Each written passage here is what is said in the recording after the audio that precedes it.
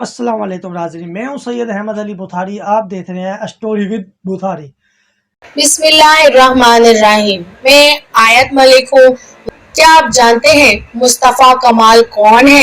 اپنی سیاست کا آغاز کیسے کیا؟ کہاں سے اپنی تعلیم مکمل کی؟ ان کے پاس کتنی دولت ہے اور مصطفیٰ کمال کتنا ٹیکس ادا کرتے ہیں؟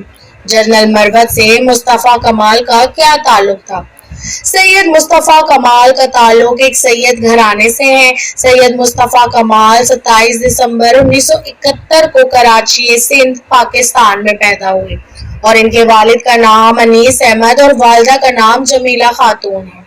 سید مصطفیٰ کمال کے والدین انڈیا سے ہجرت کر کے پاکستان آئے تھے. سید مصطفیٰ کمال شادی شدہ ہیں اور ان کے 3 بچے ہیں. سید مصطفیٰ کمال نے 1987 کے بلدیاتی الیکشن سے اپنی سیاسی سرگرمیوں کا آغاز کیا. بعد میں 1988 میں باقاعدہ سے MQM میں ایک کارکن کے طور پر شمولیت اختیار کی. 1996 میں یونیورسٹی آف ویلز سے مارکیٹنگ میں MBA کیا اور تعلیم مکمل کر کے وطن واپس پہنچ گئے.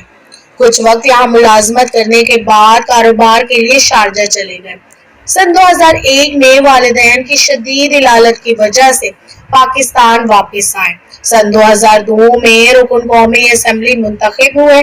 سن 2003 میں مصطفیٰ کمال کو MQM کے رہنما سعید برہم نے صوبہ سندھ کے IT کے وزیر کے لیے منتخب کیا. سید مصطفیٰ کمال نے سن 2003 سے سن 2005 تک صوبہ سندھ کے IT کے وزیر کے طور پر خدمات انجام دی. سن 2005 کے بلدیاتی انتخابات ہوئے جس میں MQM نے کامیابی حاصل کی. اس کے بعد مصطفیٰ کمال کو الطاف حسین نے کراچی کا میئر نامزد کیا. MQM کی ایک زبردست جیت جس نے مصطفیٰ کمال کو 90 کے ایک نامعلوم ٹیلی فون آپریٹر سے میٹروپولیٹن سٹی کراچی کا میئر بنا دیا. الطاف حسین نے سید مصطفیٰ کمال کو 25 ملین لوگوں کی حکمرانی سونپ دی. 7 اکتوبر سن 2005 کو سید مصطفیٰ کمال کو MQM کے ایک رہنما سعید برہم کے کہنے پر ایک ٹیلی فون آپریٹر کے طور پر پارٹی میں کام کرنے والے کو کراچی کا میئر منتخب کیا. MQM کے رہنما سعید برہم کی وجہ سے بلا مقابلہ آزادی، وسائل اور بڑے پیمانے پر سید مصطفیٰ کمال کی سیاسی پشت پناہی کی وجہ سے سید مصطفیٰ کمال کو کراچی کی کامیاب ترین میئر میں سے ایک تھے جنہوں نے انہیں MQM کے لیے کراچی کے میئرشپ کو کامیاب بنانے کے لیے ہزاروں کارکنان فراہم کیے تھے. انہیں سن 2002 میں ورلڈ میئر پرائز کے فائنلسٹ کے طور پر نامزد کیا گیا تھا. سید مصطفیٰ کمال کراچی کے میئر بنتے ہی کراچی کا ماسٹر پلان ترتیب دیا اور کراچی میں ترقیاتی کاموں کا آغاز کیا اور شہر میں بہت سارے قابل ذکر قابل تعریف منصوبوں کو پائے تکمیل تک پہنچایا جس کی وجہ سے انہیں ملک کی شہرت اور عزت ملی. سن 2008 میں مصطفیٰ کمال کی کامیابی MQM کے انتخابی مہم میں ایک اہم نعرہ بن کے سامنے آئی.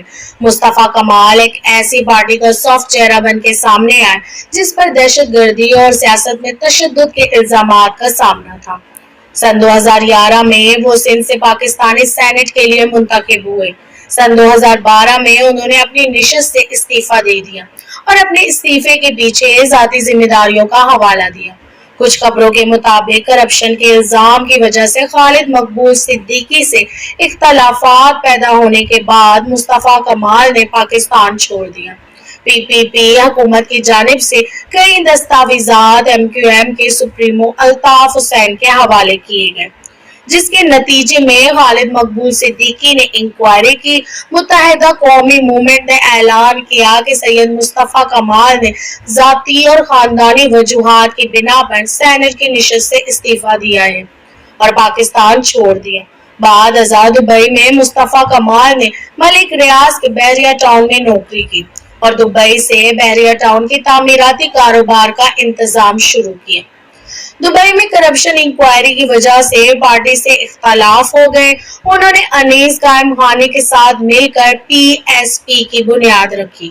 بعض لوگوں کا یہ بھی کہنا ہے کہ مصطفیٰ کمال کی واپسی پاکستان میں فطری نہیں تھی کچھ لوگوں کا یہ بھی کہنا ہے کہ جنرل مروت نے ان کی پارٹی پی ایس پی کو بنایا ایم کیو ایم اور الطاف حسین کے خلاف، مگر آج تک اس کی شواہد نہیں مل سکی۔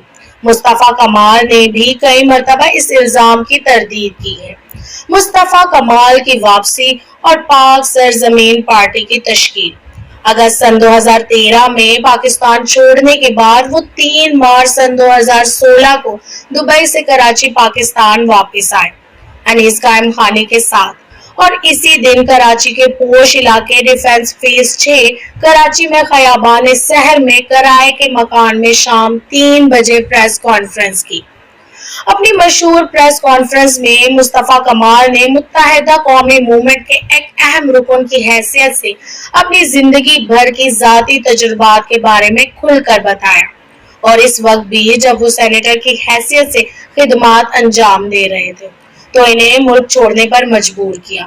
انہوں نے ایم کیو ایم کے قائد الطاف حسین اور پارٹی کے ارکان کے ساتھ ان کے رویے سے متعلق کئی تنازعات پر تبادلہ خیال کیا اور الطاف حسین پہ سنگین الزامات لگائے۔ خالد مقبول صدیقی کو را کا ایجنٹ کہا اور پاکستانی پاسپورٹ پھاڑنے کا بھی الزام دیا۔ 23 مارچ سن 2016 کو پریس کانفرنس میں مصطفیٰ کمال نے ایک نئی پارٹی کے ورژن کا بھی انکشاف کیا جس کی وہ بنیاد رکھ رہے ہیں، جس کا نام ابھی طے نہیں ہوا۔ ان کے بقول آج ہم ایک تنظیم کی بنیاد رکھ رہے ہیں، آپ اسے پارٹی کہہ سکتے ہیں۔ ہم صرف 2 افراد ہیں، میں اور انیس قائم خانی۔ مصطفیٰ کمال نے پارٹی کا نام پاک سرزمین پارٹی رکھا۔ انہوں نے اپنی پارٹی کا جھنڈا بھی ظاہر کیا جو پاکستان کا جھنڈا نکلا۔ انہوں نے بتایا کہ پی ایس پی کا جھنڈا عام نہیں ہے۔ ان کی حمایت میں متعدد افراد نے رابطہ کر کے حمایت کا اظہار کیا، اور ایم کیو ایم کے چند ارکان بھی مصطفیٰ کمال کی ٹیم میں شامل ہوئے۔ انیس قائم خانی نے اس پریس کانفرنس میں بات کرتے ہوئے کہا، ہم ہمیشہ سب آنے والوں کو خوش آمدید کہتے رہیں گے۔ مصطفیٰ کمال نے انکشاف کیا کہ وہ مزار قائد کراچی کے قریب باغ جناح میں ایک عوامی تقریر کا اہتمام کریں گے۔ ایم کیو ایم کے بہت سے لوگ اسے چھوڑ کر پی ایس پی میں شامل ہو گئے۔ عظیم احمد طارق قتل اور مصطفیٰ کمال۔ ذرائع کے مطابق مصطفیٰ کمال سابق mayor Karachi M Q M کے چیئرمین عظیم احمد طارق کے قتل میں ملوث تھے۔ انہوں نے قاتلوں کے لیے دروازے کھول دیے، مگر یہ اب تک الزام ہی ہے۔ اب تک اس الزام کو کسی نے ثابت نہیں کیا۔ مصطفیٰ کمال اس الزام کی کئی بار تردید کر چکے ہیں۔ بہرحال کہنے والے آج بھی مصطفیٰ کمال کو قاتل سمجھتے ہیں۔ مصطفیٰ کمال ابھی الزاموں کی فہرست سے ختم نہیں ہوئی۔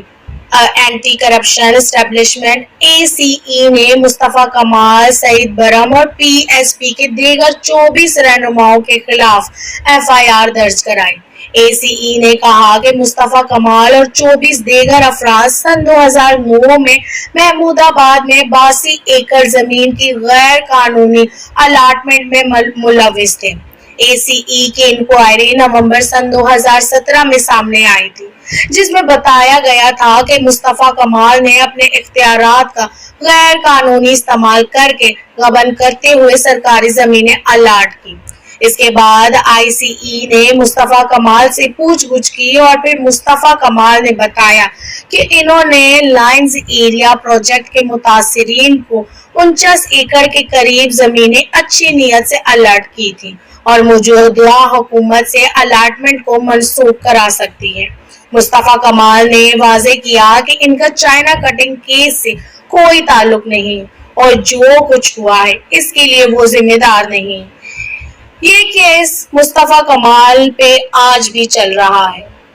قومی احتساب بیورو نیب نے مصطفیٰ کمال کے خلاف سی وی او کے قریب کلفٹن بلاک 3 میں سرکاری عرضی کی مبینہ غیر قانونی الاٹمنٹ سے متعلق ریفرنس دائر کیا۔ نیب کے ریفرنس کے مطابق یہ زمینیں 1980 میں ہوٹلوں اور دکانداروں کو الاٹ کی گئی تھی، جو بعد میں ڈی جی بلڈرز نے سن 2005 میں لیز پر حاصل کی۔